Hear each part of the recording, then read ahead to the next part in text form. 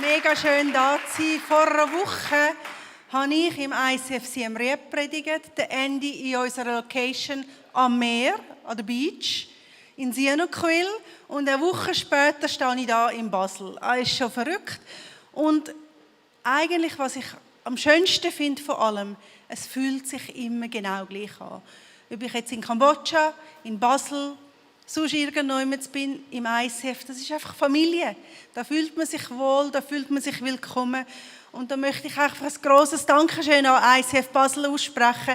Ich fühle mich willkommen da.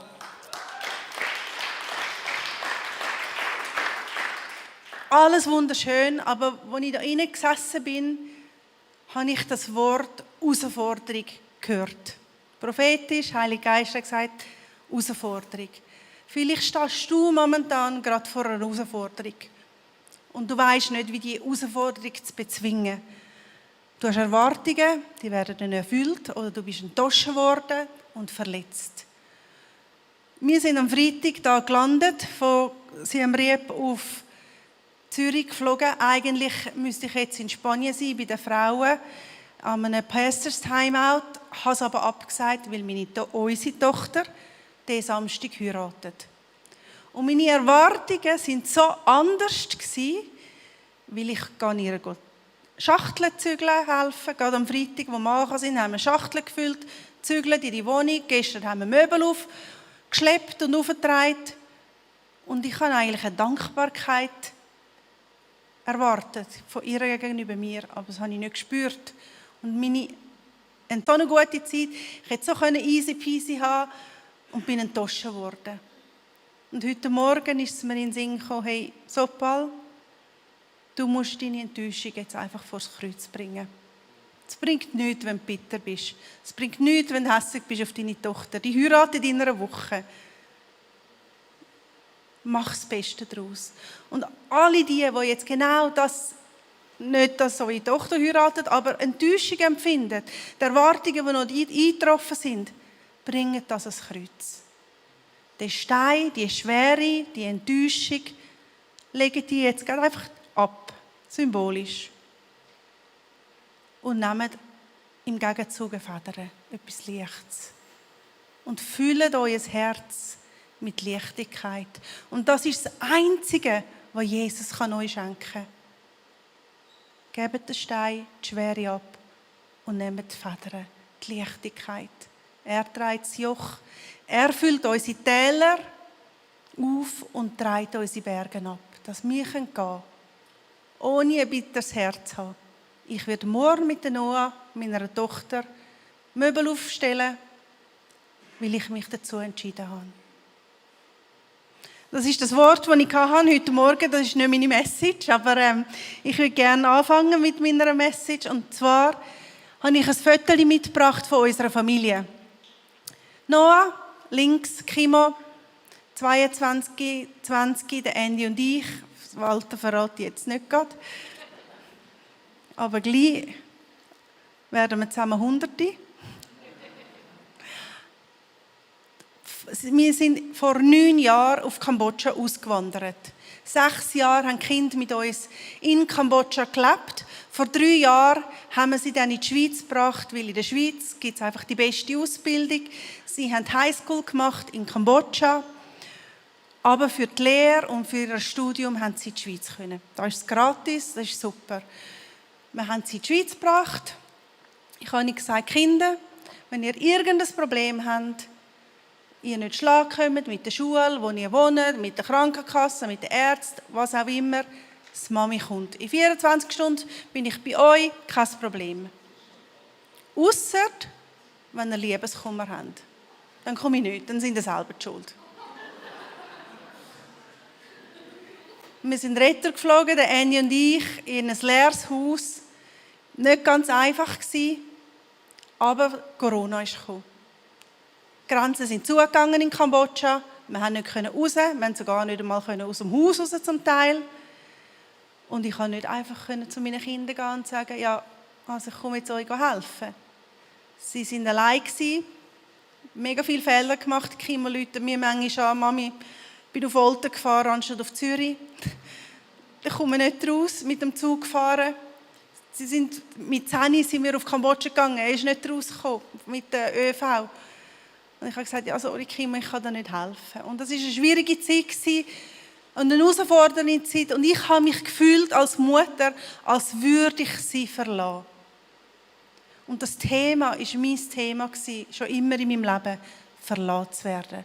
Und zwar 1973 bin ich als junges Baby, 3 Monate alt, in Tücher gewickelt, krank, brüllend, auf die Straße gelegt worden in der Hauptstadt Phnom Penh in Kambodscha.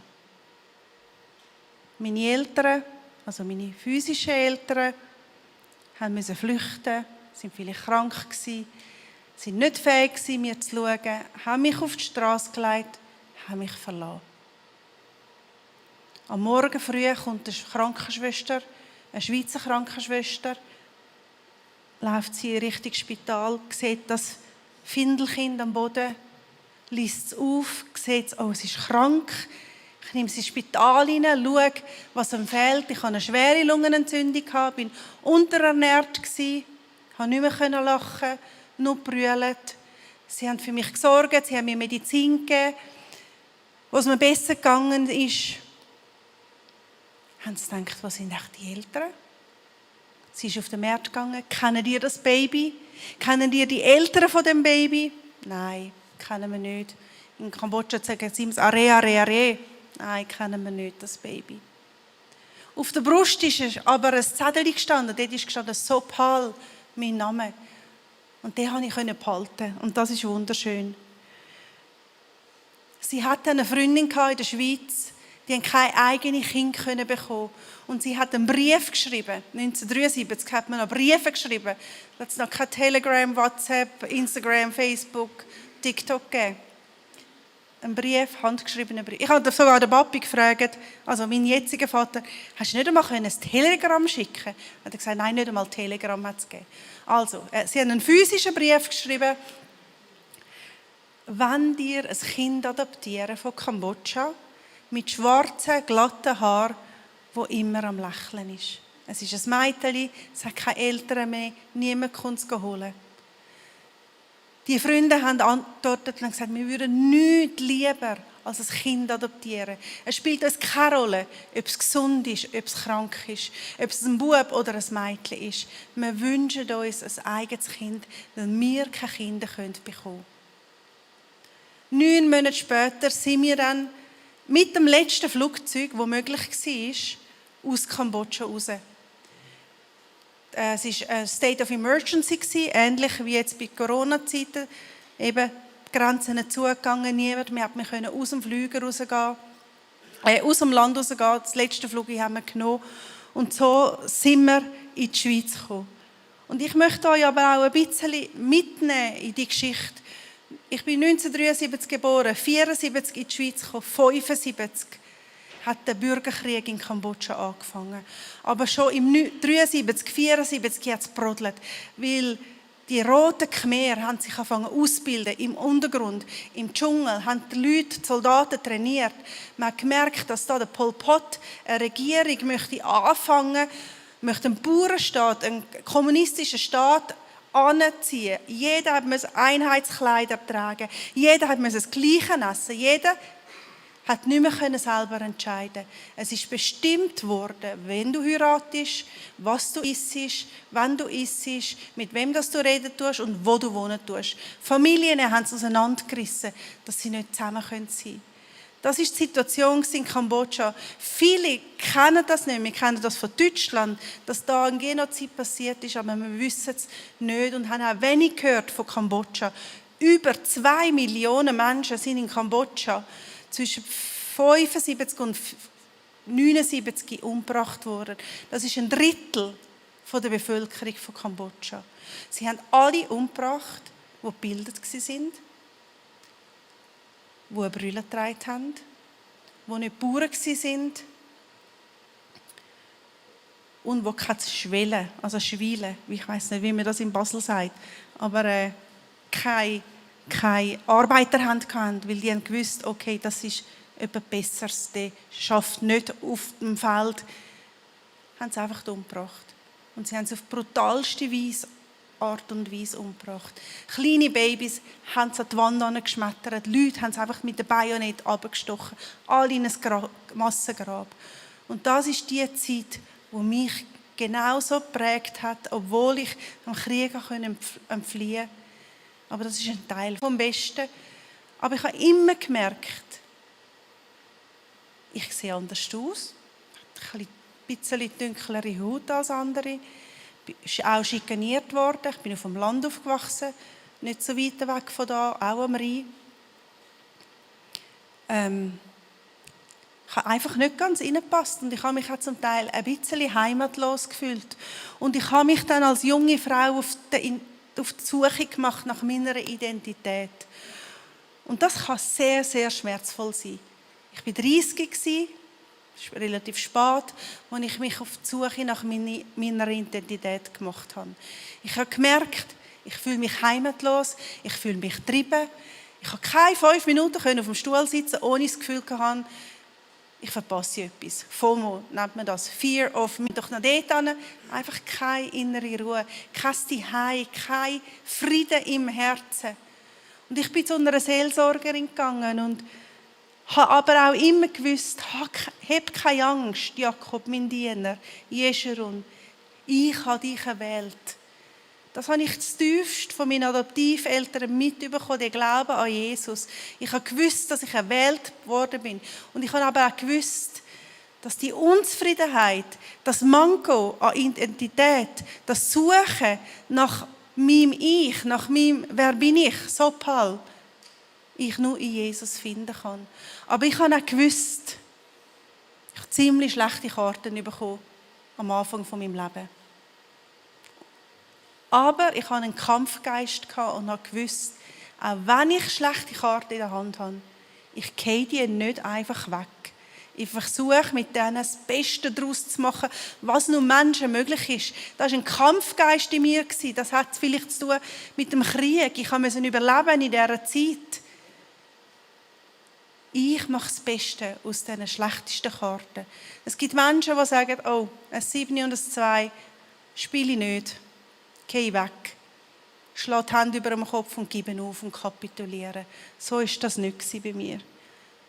Ich habe ein Foto mitgebracht, ich als kleines Baby in dem Körbli. Es hat hunderte andere Kinder gehabt, die auch in diesen Körbli gelegen sind. Es hat 100 andere Kinder gehabt, die in den eigenen Fäkalien haben liegen mussten. Niemand hat sich um sie gekümmert. Sie haben keine physische Liebe bekommen. Sie sind einfach dort gelegen.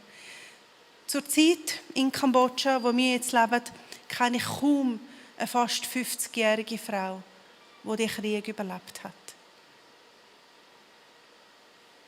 Sie sind entweder gestorben, sie sind als Prostituierte gebraucht worden, sie sind verkauft worden.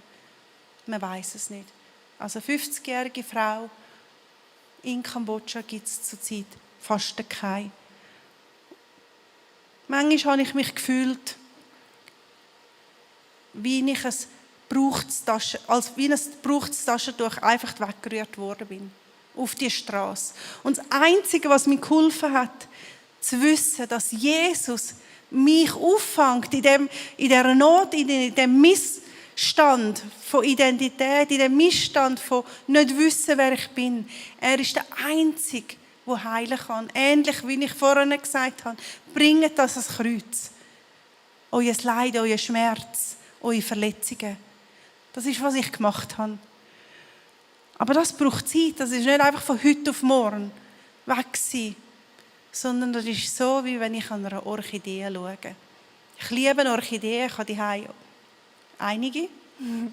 Und der Trick ist, wenn ich jeden zweiten Tag 2 Eiswürfel in den Topf tue und sie ganz langsam schmelzen.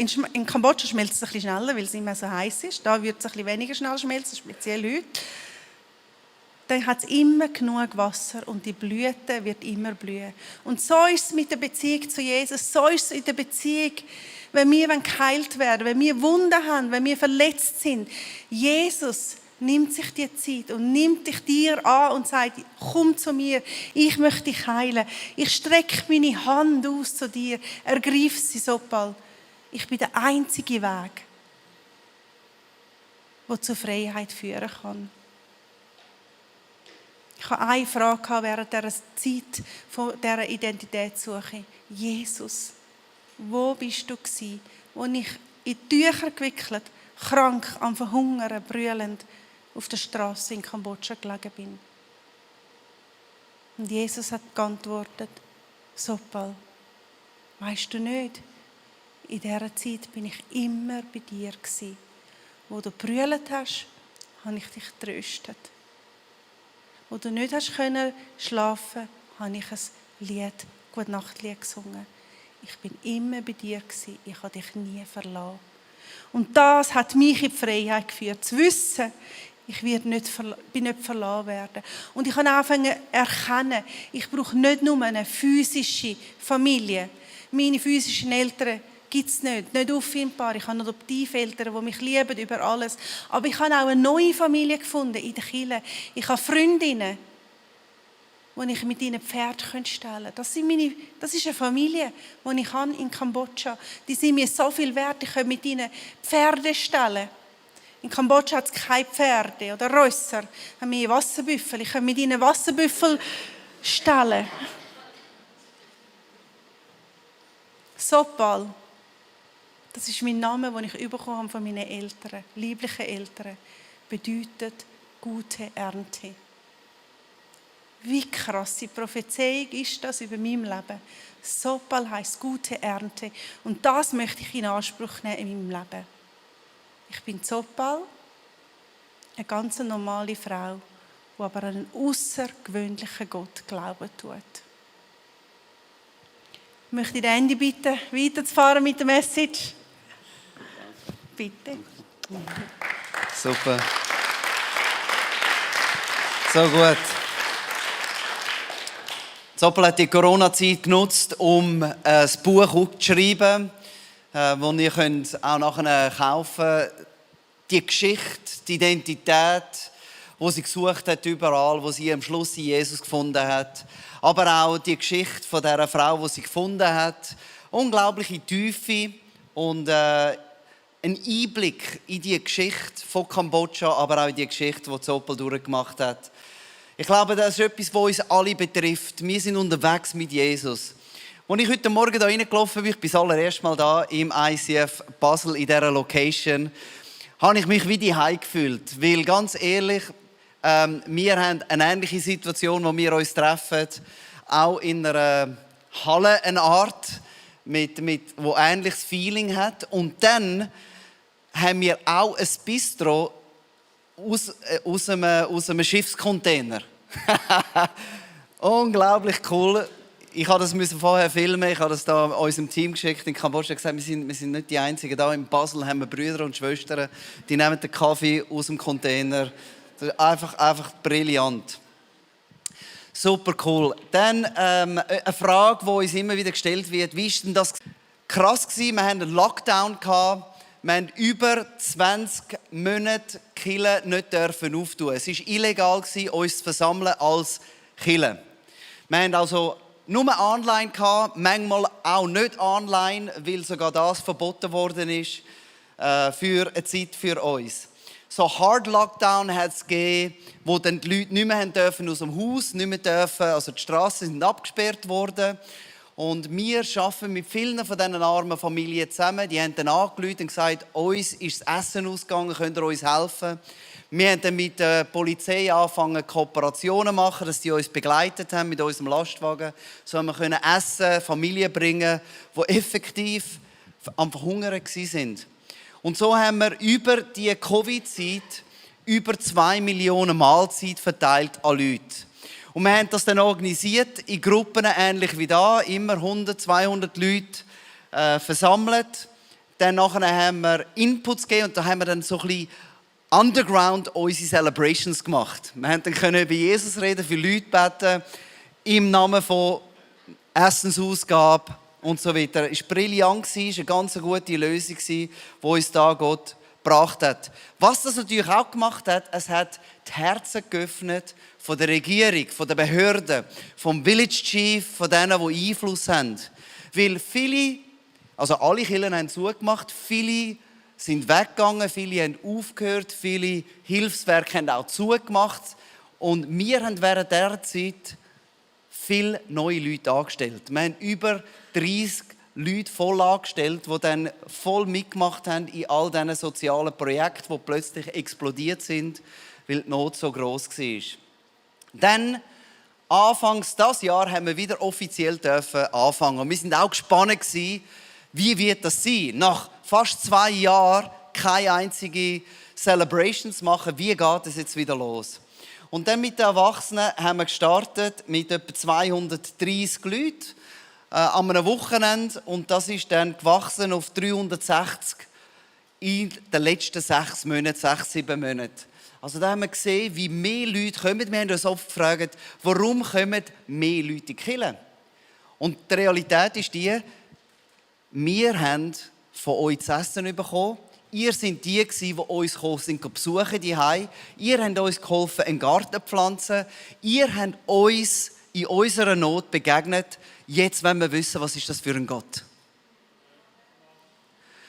Teenager haben wir 160 im Januar gestartet und sind jetzt bei 330 jedes Wochenende. Jeden Samstagabend kommen Teenager zu uns. Und unglaublich der Hunger, die Begeisterung.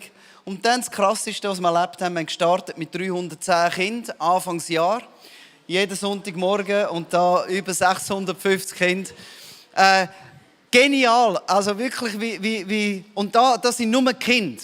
Wir haben jeden Sonntagmorgen rund 150 bis 180 Mitarbeiter, die diesen Kindern schauen. Also die nicht dazu gezählt.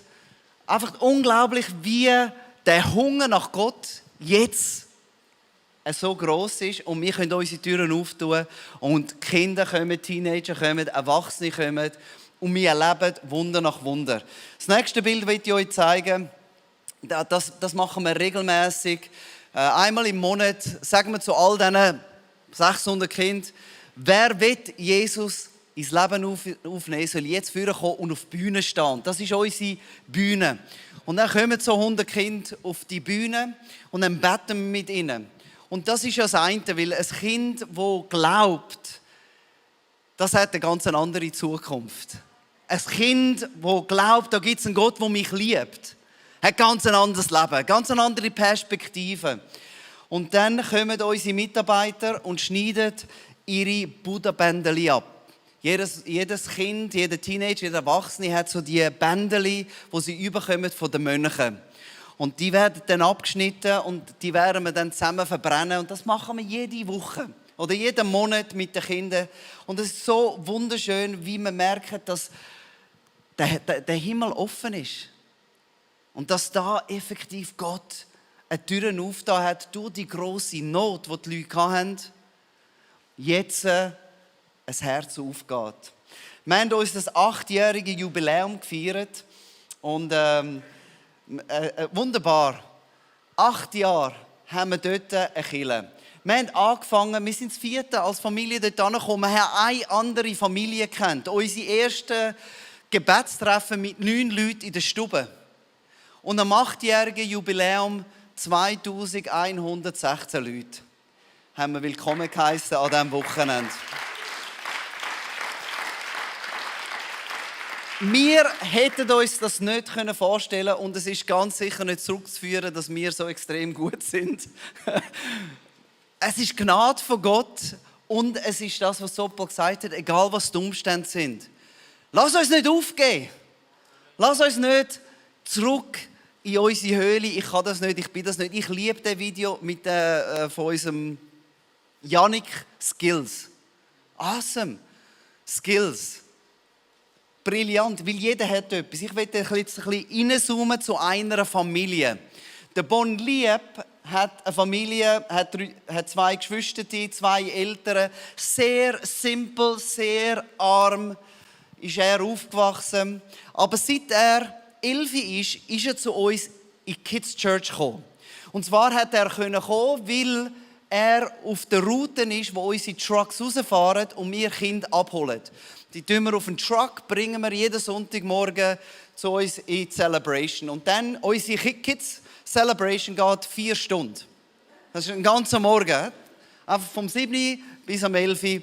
Das ist ganz, ganz normal. Und der ist gekommen, als Ältester von seiner Familie mit 11. Und er hat angefangen mithelfen, hat aufgeblüht. Er hat so richtig, du hast Jesus in seinem Gesicht gesehen, das man gesehen hast.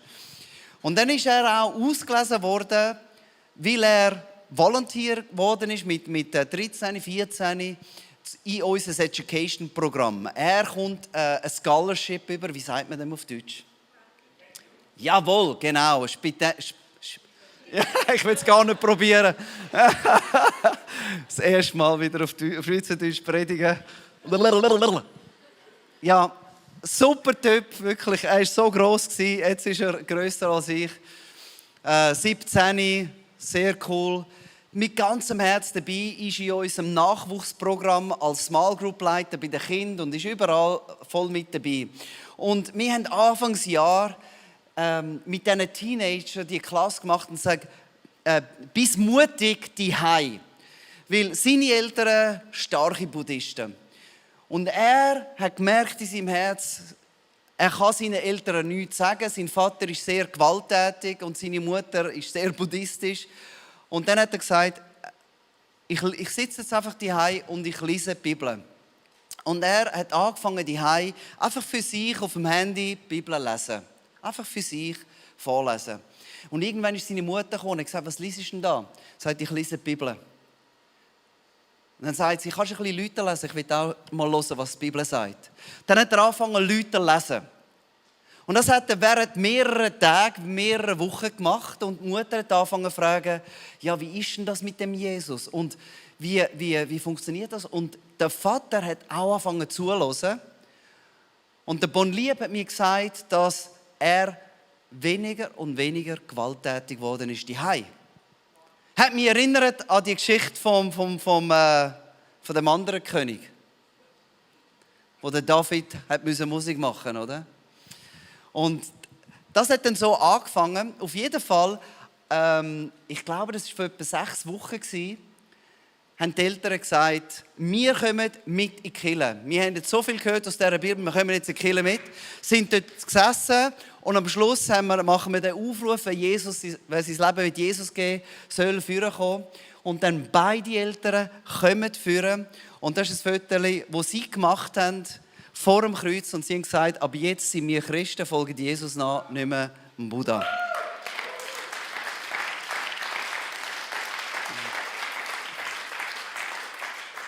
Vier Wochen später haben wir wieder Taufen gehabt. Und da ist das Foto, wo am Bonlieb seine Mami sich taufen lässt.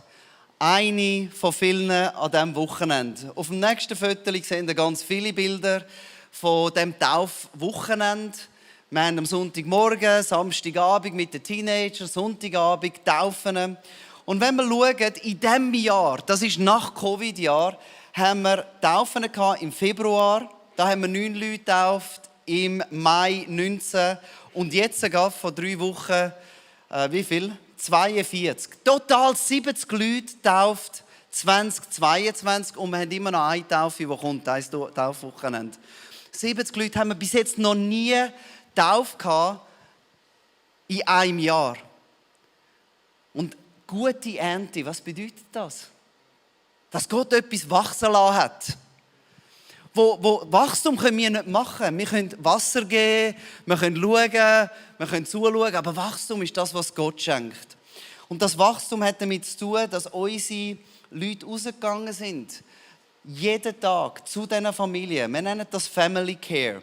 Wir haben im Moment 337 Familien, die wir in unserem Programm haben, in unserem Sponsorship-Programm. Das sind über 1700 Leute, die profitieren, die berührt werden durch unsere Aktivität, nicht am Sonntag da, sondern in ihren Häusern, dort wo sie wohnen. Etwas anderes, was wir installiert haben während dieser Covid-Zeit, ist eine Trinkwasserstation. Wir pumpen Wasser aus dem Boden, filtern die Leute können die gratis holen. Und oben an dieser Station haben wir einen Fernseher installiert, da läuft ein 3 Minuten Video. wo die Geschichte erzählt von Jesus, wo dieser Frau begegnet am Brunnen. Und was sie ja braucht, ist ja Wasser, aber was sie wirklich braucht, ist etwas anderes. Und die Geschichte kommt dort und die Leute stehen dort an, vom Morgen bis am Abend, holen Wasser. Wir pumpen über 330'000 Liter Wasser raus. Wenn man jetzt überlegt, ein Mensch braucht 2 Liter, dann versorgen wir eine ganze Stadt mit sauberem Trinkwasser. Es ist absolut amazing, was Gott tut. Wenn ich alle das jetzt so ein bisschen zurückzoome und überlege, was passiert gerade, dann erinnert mich das an die Geschichte, wo Gott den Hesekiel nimmt und sagt, komm mit mir. Und er bringt ihn in das Tal, wo lauter tote, trockene Knochen liegen. Und dann sagt Gott zum Hesekiel, red zu diesen toten Knochen. Sag diesen Knochen, sie sollen wieder lebendig werden. Und ich kann mir vorstellen, der Hesekiel sagt Gott, das geht nicht. Wie soll das gehen? Wie ist es möglich, dass etwas, das tot, trocken, kaputt ist, wieder lebendig wird? Und Gott sagt, Hesekiel, sprich zu ihnen, sie sollen wieder lebendig werden. Und ich kann mir bildlich das vorstellen, der Hesekiel sagt, schau Gott, ich glaube an dich, aber eigentlich ist das dein Business. Du bist im Business von Wunder. Sag du diesen Knochen und dann passiert's. Magst du dich erinnern, wo Himmel und Erde geschaffen hast? Hast du etwas gesagt? Das wäre jetzt so ein Moment. Und Gott schaut den Hesekiel und sagt, schau, ich tue das sagen, aber ich will, dass es aus deinem Maul kommt. Du bist mein Diener, du bist mein Prophet. Du bist der in der Mitte von diesen toten Knochen steht. Und Gott sagt, Hesekiel, du redest. Ich habe dich hier angebracht, jetzt musst du etwas sagen. Du weißt nicht wie, du hast das noch nie gemacht, du fühlst dich nicht wohl. Das wird komisch sein, wie soll das gehen? Jetzt bist du dran. Und Gott sagt dem Hesekiel, ich will, dass du redest. Nicht, weil du Erfahrung hast, nicht, weil du weisst wie, sondern weil du an mich glaubst und gehorsam bist. Und der Gehorsam, wo der Hesekiel ausspricht und einfach sagt, Knochen werden wieder lebendig. Und es passiert etwas, wo nicht zu erklären ist. Die Knochen kommen wieder zusammen, die Menschen werden wieder lebendig. Und der Hesekiel kann es kaum glauben. Und Gott sagt, da fehlt etwas. Der Heilige Geist, der Atem. Sprich den Atem mit. Ich. Gott sagt, jawohl, du. Und ich habe das Gefühl, er sagt zu allen von uns. Egal in welcher Situation wir drin stehen.